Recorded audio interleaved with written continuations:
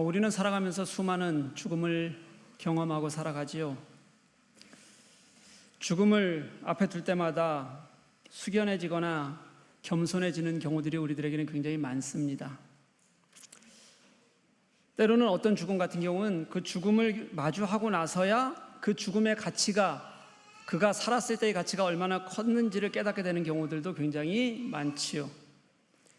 또 어떤 죽음은 개인을 바꾸거나 아니면 사회 전체를 바꿔내는 힘이 있는 경우들도 있습니다. 제게도 그런 죽음들이 좀 있습니다. 2009년 노무현 대통령의 죽음이 제게는 민주주의를 되돌아보는 아주 중요한 계기가 되었습니다. 2023년 제 멘토 목사님이었던 김종익 목사님의 죽음이 목사로서 어떻게 살아야 하는지에 대한 자세와 그리고 평화에 대한 새로운 마음을 갖게 하는 전환점이 되었습니다. 이렇게 제가 이 죽음에 어떤 의미를 갖는 것처럼 죽음이 의미가 있으려면 삶에서 보여준 그 가치를 더 이상 보지 못한다는 안타까움과 내가 이것을 이전에는 깨닫지 못했는데 지금 깨닫게 되었다는, 그래서 그것을 볼 수 있는 나의 마음과 그리고 이 가치를 내가 이제는 이 땅 안에서 따라 좀 살았으면 좋겠다는 과정을 거치면서 그 죽음의 의미는 훨씬 더 가치가 생기는 것 같습니다. 오늘 본문에도 그런 사람 한 사람이 등장합니다. 아리마대 사람 요셉이라고 말합니다. 먼저 그가 어떤 사람인지를 보는 것이 중요한데 43절 말씀을 보면 두 가지 수식어를 이 사람 이름 앞에 붙였습니다. 하나는 뭐냐면 존경받는 공회원, 또 하나는 하나님 나라를 기다리는 자입니다. 이 존경받는 공회원은 요셉이 받던 평가였고요. 그리고 하나님 나라를 기다리는 자는 요셉이 가진 마음이었습니다. 요셉은 처음 존경받는 공회원이었습니다. 당시 유대교의 최대의 권력기관이 71명으로 구성된 산헤드린 공회라는 것이 있었는데요. 그중 한 명이었다는 뜻입니다. 당시 이스라엘의 유대교 기관이라는 것을 생각해 보면 이 요셉은 최고의 권력기관에 속해 있었을 뿐만 아니라요, 그것도 또 그 안에서 존경받는 사람이었다고 성경은 가르치고 있습니다. 사회적 이치로는 최고의 자리, 남부럽지 않은 사람이었다는 뜻일 겁니다. 그가 어느 정도 위치에 있었는지는 그가 예수의 십체를 가지고 올 수 있었던 것에서도 알 수 있습니다. 당시 예수님은 그냥 큰 죄를 지어서 십자가 처형을 받은 것이 아니었습니다. 유대인들의 엄청난 소유 때문에 십자가에 달리게 되었고요, 그리고 게다가 그 죽음을 둘러싸고 여전히 수많은 관심이 집중되어 있는 사건인데 어떻게 시체를 아무에게나 쉽게 내어줄 수 있겠습니까? 그건 불가능하지요. 게다가 총독을 그렇게 쉽게 만날 수 있는 사람, 그래서 시체를 달라고 할 수 있는 사람이 몇 명이나 되겠습니까? 그것도 흔한 일은 아닐 겁니다. 보통 처형을 당하잖아요? 그럼 대부분은 들짐승이나 까마귀에 먹이가 되도록 들여 버려두는 게 일반적인 거였어요. 간혹 가족들이 와서 시체를 달라 그럴 때 내어주는 일이 있기는 했습니다. 하지만 가족도 아닌 사람이 총독에게 직접 와서 시체를 받아오는 일은 쉬운 일이 아니었습니다. 그런데 그 일을 간단하게 해낸 사람이 누구였어요? 요셉이었던 걸 보면 그의 사회적 지위가 얼마나 높았는지, 얼마나 존경받는 공회원이었는지를 우리는 쉽게 유추해 볼 수 있게 됩니다. 그 또 하나의 수식어가 붙어 있죠. 하나님 나라를 기다리는 자예요. 이 문장만 가지고는 여러분 아리마대 요셉이 무엇을 그렇게 소망했던 사람인지는 잘 알기가 좀 어려워요. 그래서 다른 복음서에서 요셉을 어떻게 기록하는지를 보면 조금 더 쉽게 알 수 있습니다. 누가는 그를 뭐라고 표현했냐면 공회의원으로 선하고 의로운 요셉이라고 그렇게 표현했습니다. 그러면서 또 하나의 추가 자료를 보여주는데 뭐라고 얘기했냐면 그들의 결의에 찬성하지 않은 자라고 부가적으로 표기해요. 이건 무슨 뜻이냐면 대제사장의 뜰에서 산헤드린 공회가 열렸고 그때 예수를 죽이고자 수많은 사람들이 덤벼들었거든요. 이 요셉은 그때 참여하지 않았다는 뜻이 될 겁니다. 그러면서 하나님 나라를 기다리는 자 이렇게 소개합니다. 이 누가복음은 마가와 내용은 비슷하지만 추가적인 것으로 그를 조금 더 자세하게 설명하는 것 같습니다. 마태복음 27장 57절 말씀을 보면 뭐라고 소개하냐면 예수의 제자라고 분명히 기록하고 있어요. 그가 예수의 제자였다. 요한복음까지 읽어보면 여기에 더해서요, 아리마대 사람 요셉은 예수의 제자이나 유대인이 두려워서 그것을 어떻게 하고 있었다고요? 숨기고 있었다 이렇게 말해요. 여러분 이제 어느 정도 알겠죠? 그는 이런 사람이었어요. 예수를 믿었는데 예수가 가르친 하나님 나라에 대한 마음을 분명히 가지고 있는 사람이었어요. 그래서 예수를 따랐을 겁니다. 그런데 공회원 신분으로 대놓고 예수를 믿는다고 할 수 있는 용기를 내지는 못하는 그런 사람이었습니다.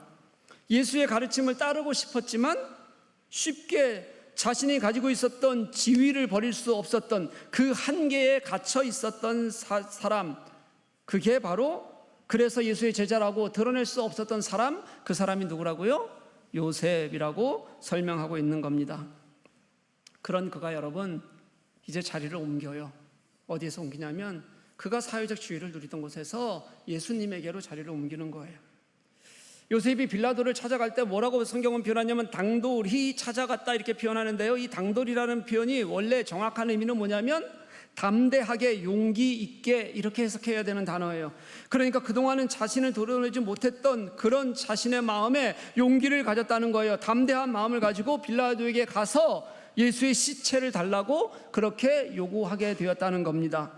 여러분 이게 왜 용기가 필요한 일이냐면요, 아까 앞에서 말했던 것처럼 예수의 시체를 가져오는 게 쉬운 일이 아니었어요. 예수의 시체를 달라고 하면 두 가지 의미가 있죠. 하나는 그에게 연민을 가졌다고 생각하거나, 하나는 그가 가르쳤던 삶이나 가르침에 동조하는 것처럼 보일 수 있다고요. 여러분 지금 예수를 십자가에 못 박으려고 끈질기게 그렇게 나섰던 사람들이 공의회 회원들, 대제사장을 비롯한 바리새인들이었어요. 여러분 서기관들이었어요. 그들의 허가 없이 그냥 가서 무덤에 그 시체를 달라는 일은 여러분 앞으로 어떻게 내가 될지 모르는 그런 상황을 내가 그냥 위험한 결정을 담보하고 가겠다는 뜻입니다.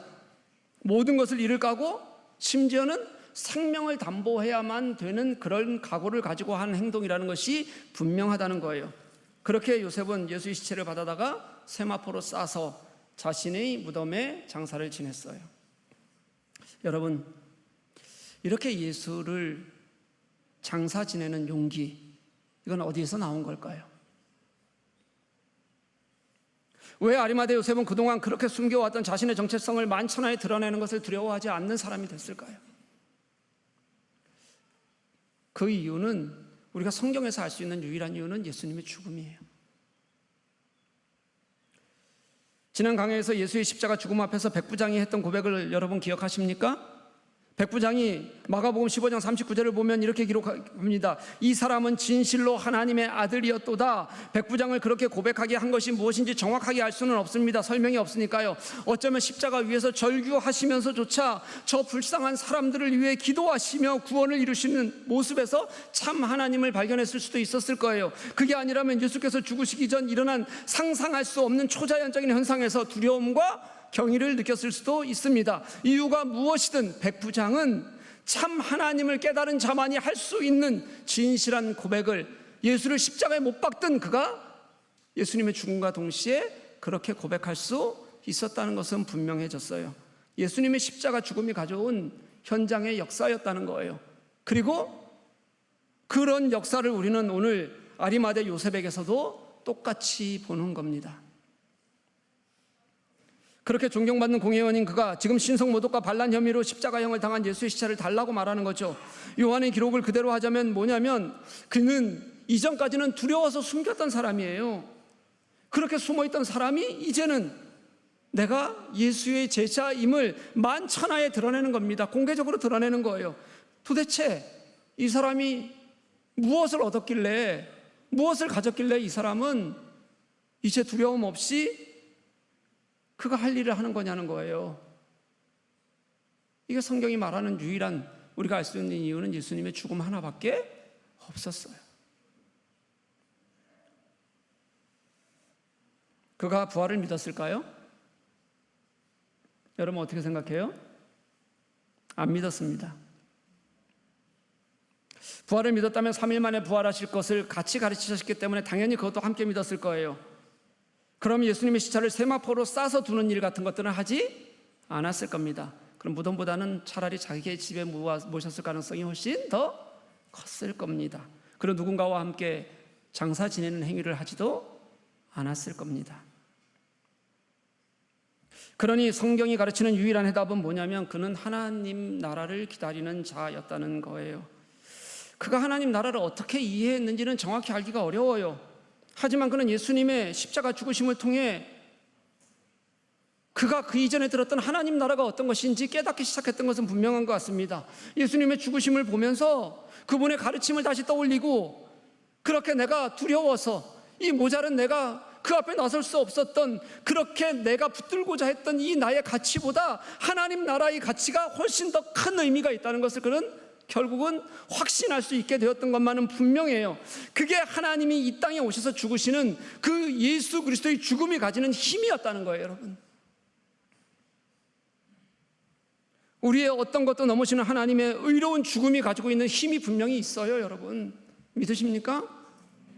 그것 때문에 우리는 우리의 구원을 말할 수 있게 된 거잖아요.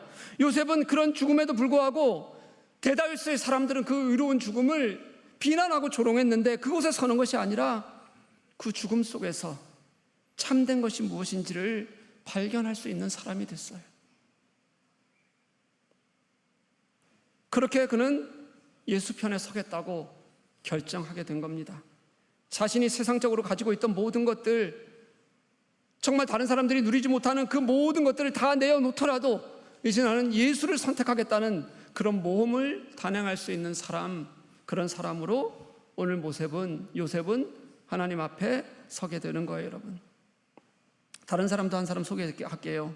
오늘 본문에는 없지만 요한복음에는 이 요셉의 이야기와 같이 같은 단락에 소개하는 사람이 한 사람이 있습니다. 누구냐면 니고데모라는 사람이에요. 이 요한은 이 사람의 이야기를 요한복음 3장에 먼저 등장을 시켰어요. 그때는 예수님의 공생의 사역 초기였습니다. 요한은 니고데모를 그때 뭐라고 표현하냐면 바리새인 중에 한 사람이고 유대인의 지도자였다, 이렇게 표현했어요. 이 사람도 굉장히 어떤 사람이었어요? 지위가 높은 종교인이었다는 뜻이에요. 그는 예수께서 사역하시는 초기 사역을 보고 그 속에서 하나님의 능력을 보았어요. 관심이 생겼습니다. 그래서 예수님을 밤에 찾아갔어요. 예수님을 찾아가서 예수님이 그에게 영생이 무엇인지, 그리고 거듭남과 구원이 무엇인지를 자세히 설명하는 수고를 예수님은 하나도 아끼지 않으시고 다 설명해 주셨어요. 그런데 여러분, 되게 이상한 게 뭐냐면 이 요한복음 3장에는 예수님이 그렇게 설명하시고 나서 그 다음 마무리가 없어요. 대화가 끝이 나지 않아요, 여러분. 그냥 그 설명과 동시에 결말 없이 요한복음 3장은 마무리가 되는 거예요. 그 두 사람의 만남은요. 그리고 나서 요한복음 19장에 오늘 아리마대 요셉이 19장에 나오면서 다시 이 사람을 함께 등장시키는 거예요. 19장 39절 40절 말씀은 이렇게 얘기합니다. 일찍이 예수께 밤에 찾아왔던 니고데모도 모략과 침향 섞은 것을 100리트라쯤 가지고 온지라 이에 예수의 시체를 가져다가 유대인의 장례법대로 그 향품과 함께 세마포로 쌌더라. 아멘. 이렇게 말씀하고 있어요, 여러분. 3장에서 몰래 찾아왔다가 예수님의 가르침을 들었는데도 불구하고 슬그머니 사라졌던 사람이에요. 그리고는 더 이상 성경에 언급되지 않았던 사람이 그가 갑자기 나타난 거예요. 만약 그가요, 여러분, 우리가 다른 복음서에서 보는 혹시 젊은 간원과 동일한 인물이거나 또는 그가 다른 복음서에 나오는 부자 청년이었다면 아마도 그는 재산이 어떻게 돼서요? 아까워서 도망쳤던 사람인 것이 분명하지요. 그게 아니더라도 이 니고데모도 바리새인이고 유대의 지도자였기 때문에 아리마대 요셉과 마찬가지로 밤에 몰래 찾아왔다가 그냥 그 자리를 뜨는 것이 그가 할 수 있는 전부처럼 여겨지는 사람이었을 수도 있어요. 자신을 드러내기 어려웠던 그 사람이었다는 거예요. 근데 결국 그 사람도 어떻게 했어요? 다시 예수님의 죽음 이후에 이전에 자신이 소중히 여기던 것들을 다 내려놓을 각오를 하고 포기하고 자신을 드러내는 사람이 되었다는 거예요. 이전에는 버리지 못하고 이전에는 드러내지 못했던 사람이 예수님의 죽음 이후에 예수님을 다시 발견하고 그리고 그 주님을 선택하는 사람이 되어져 있는 것, 그게 지금 예수님의 죽음 앞에서 우리가 오늘 본문에서 그리고 요한복음에서 보는 이 두 사람이에요. 여러분, 창끝이라는 영화 혹시 보셨습니까? 한 분도 안 보셨어요? 네, 왕가 사는 남자만 보지 마시고 성교 영화도 한 번씩 보셨으면 좋겠어요. 네, 어떻게 한 번도 안 보십니까? 굉장히 유명한 영화는 아니고요. 굉장히 유명한 사람에 대한 영화인데요. 1956년에 미국 선교사 5명이 에콰도르라는 곳 나라에서 이 아마존이 거기 있거든요. 그 정글에 가서 현지 부족에게 복음을 전하다가 이 5명이 창에 찔려 순교하는 사건이 있었어요. 그중 한 사람이 제가 말하고 싶은 사람인데 짐 엘리엇이라는 선교사예요. 굉장히 유명하게 예화로도 많이 등장해요. 남편이 순교했을 때 그의 아내는 어린 아이가 있었어요. 딸이 하나 있었고요. 그 아내의 나이는 겨우 29이었습니다. 여러분, 우리는 지금 그 시간 되면 뭐 할 때예요? 스펙 쌓고 공부하고 직장 가지기 위해서 애쓸 때잖아요. 여러분, 우리나라를 찾았던 선교사들 대부분 다 20대와 같은 사람들이에요. 그리고 와서 1년도 안 돼서 죽어가는 사람들 많았어요. 풍토병 때문에.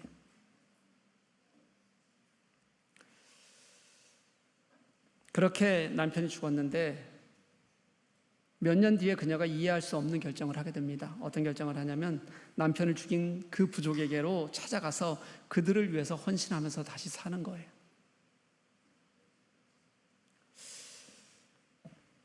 부족 사람들이 그 이유를 물었습니다. 당신은 왜 와서 이렇게 헌신적으로 우리를 위해서 사느냐? 그때 그녀가 했던 말이 이겁니다. 나는 5년 전에 당신들이 죽인 그 남자의 아내입니다. 그러면서 이런 말을 해요. 당신들의 창이 내 남편의 몸은 죽였지만 그리스도의 사랑은 죽이지 못했습니다. 결말은 뻔하죠. 우리가 아는 대로 그 부족의 상당수가 복음을 받아들였습니다. 예수를 믿었습니다. 짐 엘리엇의 죽음과 그의 아내의 헌신은 사람들에게 이런 질문을 남겼어요. 도대체 무엇이 그들로 하여금 생명보다 더 귀한 것을 위해 살게 했는지, 그들의 생명까지도 내어놓게 했는지에 대해서 질문하게 됐다는 거예요. 사랑하는 교우 여러분, 사람을 바꾸는 건 여러분 돈이 아닙니다. 사람을 바꾸는 건 수려한 문장으로 만들어진 설명이 아닐 때가 참 많습니다. 어떤 죽음은 한 사람의 삶보다 훨씬 더 큰 이야기를 남기고 가지고 있을 때가 있어요. 어떨 때 그러냐면 그 사람의 삶이 그 사람의 죽음과 하나로 이어져서 이것이 무엇과도 바꿀 수 없는 큰 가치가 있다고 생각될 때 더없이 큰 영향력을 갖기도 한다는 거예요. 짐 엘리엇의 죽음이 그의 아내를 다시 선교지로 이끌었던 것처럼 예수님의 죽음이 아리마대 요셉과 니고데모를 움직이게 했습니다. 그들은 아직 부활을 몰랐던 사람이고 아직 진리를 정확히 이해한 것도 분명히 아니었을 거예요. 그러나 십자가에 죽어가는 그 예수를 보면서 내가 지금까지 붙들고 살던 것보다 더 큰 가치가 하나님 나라가 거기 있다는 것을 그들은 분명히 깨달았던 사람인 것은 분명해요, 여러분. 그 사실을 발견하고 이제 그가 붙들고 있던 가치를 내려놓고 예수께로 자리를 옮길 수 있게 된 거예요. 저는 오늘 이 요셉과 니고데모를 보면서 이제 예수님의 죽음 앞에 서 있는 우리의 모습을 좀 떠올려 보게 됩니다.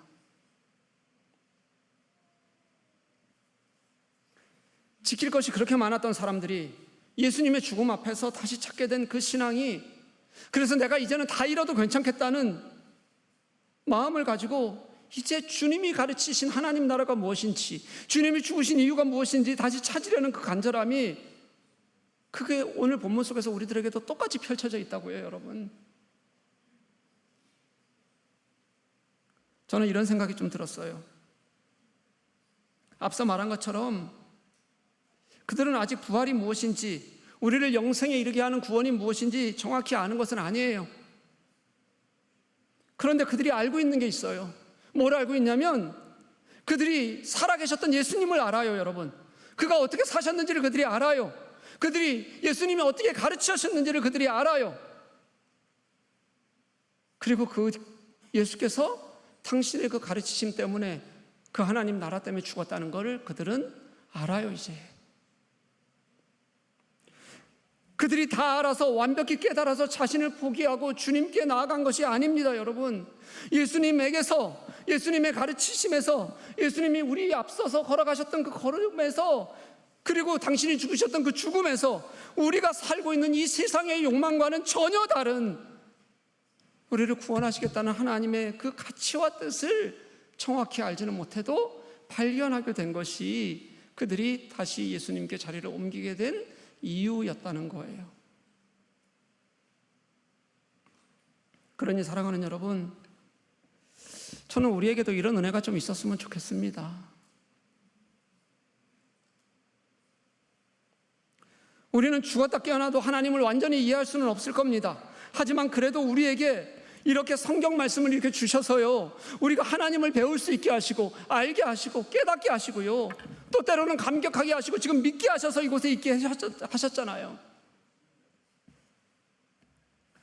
우리가 이 성경이 가르치시는 것을 완벽하게 다 이해하지는 못할지라도 우리가 배운 것, 우리가 경험하는 것, 주 예수 그리스도의 십자가 사건 앞에서 때로는 우리가 감격하기도 하고 그 가르침에 감동받기도 하고, 그래서 우리가 이 자리에 앉아서 살아가는 거 아닙니까? 다 알아서가 아니라요, 주님께서 내게 보이시니까, 그 예수를 믿는 우리에게 성령께서 역사하시니까, 내가 그 예수 앞에 우리의 마음을 열려고 하면 내 안에 이루시는 역사를 내가 아니까 그렇게 우리는 예수를 믿어가는 거예요, 여러분. 그러니 그 예수를 아는 믿음, 우리에게도 그 예수의 죽음을 보면서 그 은혜를 더 깨달아 아는 믿음이 우리들에게 좀 있었으면 좋겠다는 소망이 제게는 버릴 수가 없는 소망입니다.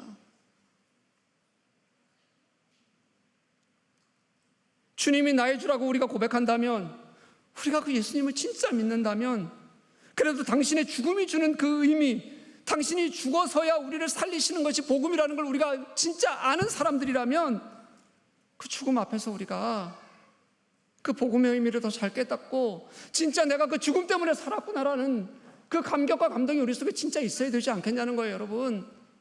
안 그러고서 나는 예수 믿어요, 안 그러고서 나 예수 좋아요, 그렇게 십자가 앞에 쳐다도 무덤덤한데 그냥 내게 무엇만 하면 좋은 하나님으로 나는 그게 하나님인 줄 알고 믿고 살아가는 건 아니냐는 거예요, 여러분.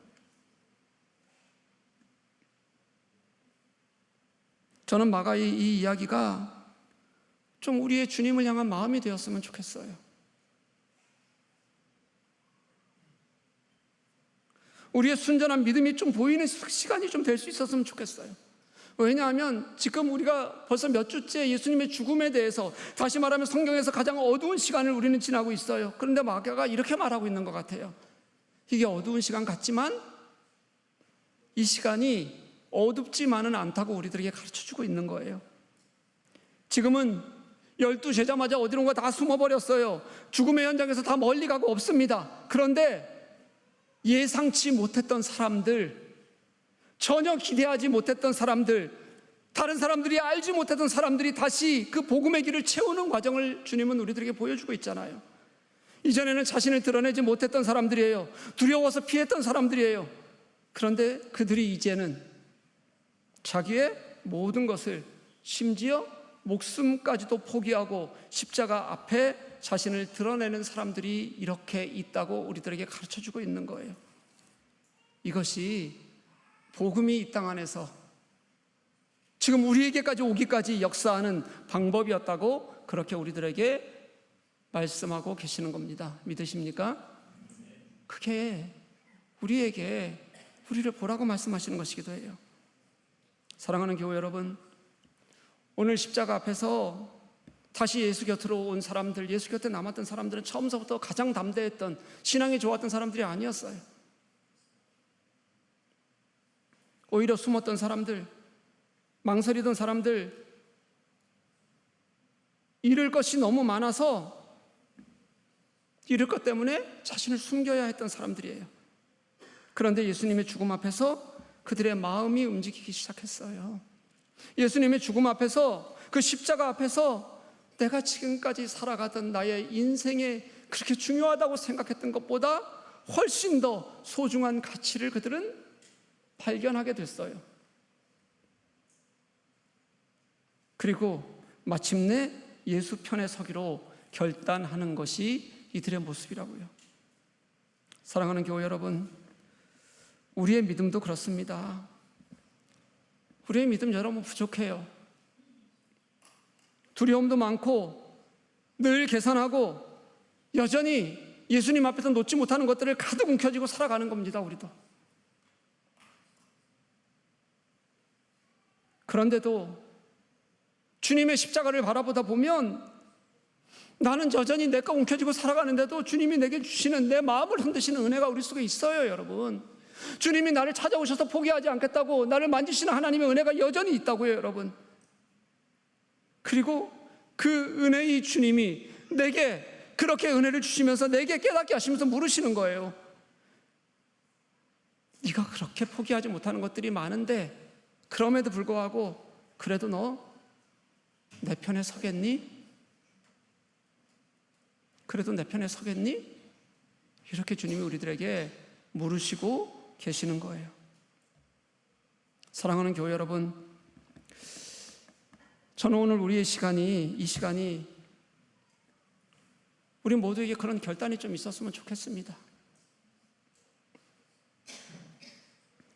세상이 우리에게 자꾸 저건 붙들어라, 저건 잡아야 된다, 우리의 욕망을 자극하는 것들이 있어요. 여러분, 겨우 삼성전자 좀 뛰는 거 가지고, 하이닉스 뛰는 거 가지고, 그거 몇 주 있는 사람들이 신이 나가지고 지금 얼굴이 환해지고 그렇게 기쁨을 누리고, 없는 사람들은 배가 아파갖고 어쩔 줄 모르하는, 세상이 주는 그런 유익에는 정말 온갖 얼굴의 색과 기쁨과 슬픔을 다 표현하는 사람들이 예수의 십자가 앞에서 그분이 내게 하신 일이, 예수님이 내게 얼마나 소중한 일인지, 예수님이 더 귀한 분인지를 고백하면서 기뻐할 수 없다는 게, 이게 정말 예수 믿는 거 맞냐는 거예요. 여러분, 우리가 진짜 십자가 앞에서 이렇게 예수 믿어도 되냐는 거예요.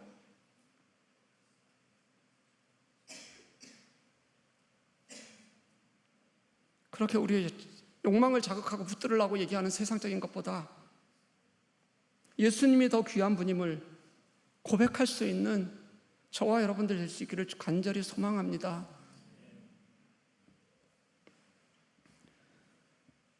손해보더라도, 오해받더라도, 때로는 내가 가진 것을 좀 내려놓아야 하더라도, 그래도 내가 이제는 주님 편에 서겠습니다, 주님 붙들겠습니다, 그렇게 말하는 고백이 우리들에게 좀 진짜 삶 안에서 있었으면 좋겠어요. 십자가는 사람을 바꾸는 힘이 있어서 지금 우리의 복음이 되셨어요. 죽음을 두려워하던 사람을 주님 편으로 만드는 힘을 십자가는 보여주셨어요. 숨던 사람을 드러내는 사람으로 바꾸셨어요. 자기를 붙드는 것밖에 알지 못하던 사람이 하나님 나라를 붙드는 사람으로 바꾸셨어요. 그렇게 십자가는 2000년 동안 지치지도 쓰러지지도 않고 우리 속에 성령의 뜨거운 바람을 불어넣으셔서 지금 우리에게까지 오셨어요. 우리 그 십자가를 그렇게 2000년을 부여잡고 그렇게 자신을 희생하면서 살아왔던 사람들처럼 선택하는 저와 여러분 될 수 있었으면 좋겠어요. 아레마대 요셉처럼, 니고데모처럼 지금 이 십자가 앞에서, 당신의 죽음 앞에서 그 죽음이 얼마나 귀한 죽음이었는지, 그리고 그 죽음 때문에 내가 오늘 어떻게 살아가고 있는지를 깨닫는 우리들이 되었으면 좋겠어요. 다 이해해서가 아니라, 여전히 우리는 이해하지 못하는 것 투성이지만, 다 알아서가 아니라 모르는 것 투성이지만, 내가 지금 보고 있는 분이 예수 그리스도셔서, 내가 지금 읽고 있는 글이 예수님의 십자가 죽음으로 우리를 구원하시는 그 당신의 마음이셔서 그 죽음 앞에서 다시 주님을 선택하겠습니다, 주님께 가겠습니다, 그렇게 주님을 경험하는 저와 여러분 될 수 있기를 주님의 이름으로 간절히 축복합니다.